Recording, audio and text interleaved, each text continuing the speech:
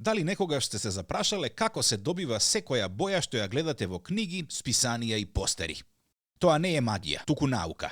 А клучот е во тоа како цмик боите ја апсорбираат светлината. Но прво, треба да дознаеме што се тоа цмик бои. Цијан, магента, жолта и црна. Но зошто цмик? Цијан, магента, yellow и клучната боја на англиски black. За разлика од екраните кои комбинираат мали, црвени, сини и зелени точки, книгите се печатат со мали капки кои ја одземаат, односно апсорбираат црвената, сината и зелената светлина. Магентата апсорбира зелена. Жолтата апсорбира сина светлина, па нивната комбинација дава црвена боја.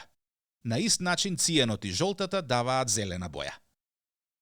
Ако сакаме да добиеме посветла боја, принтерот ги распоредува точките на поголема далечина. Но ако сакаме да добиеме потемна боја, ќе треба да додадеме и црни капки. Тоа шематски прикажано изгледа вака.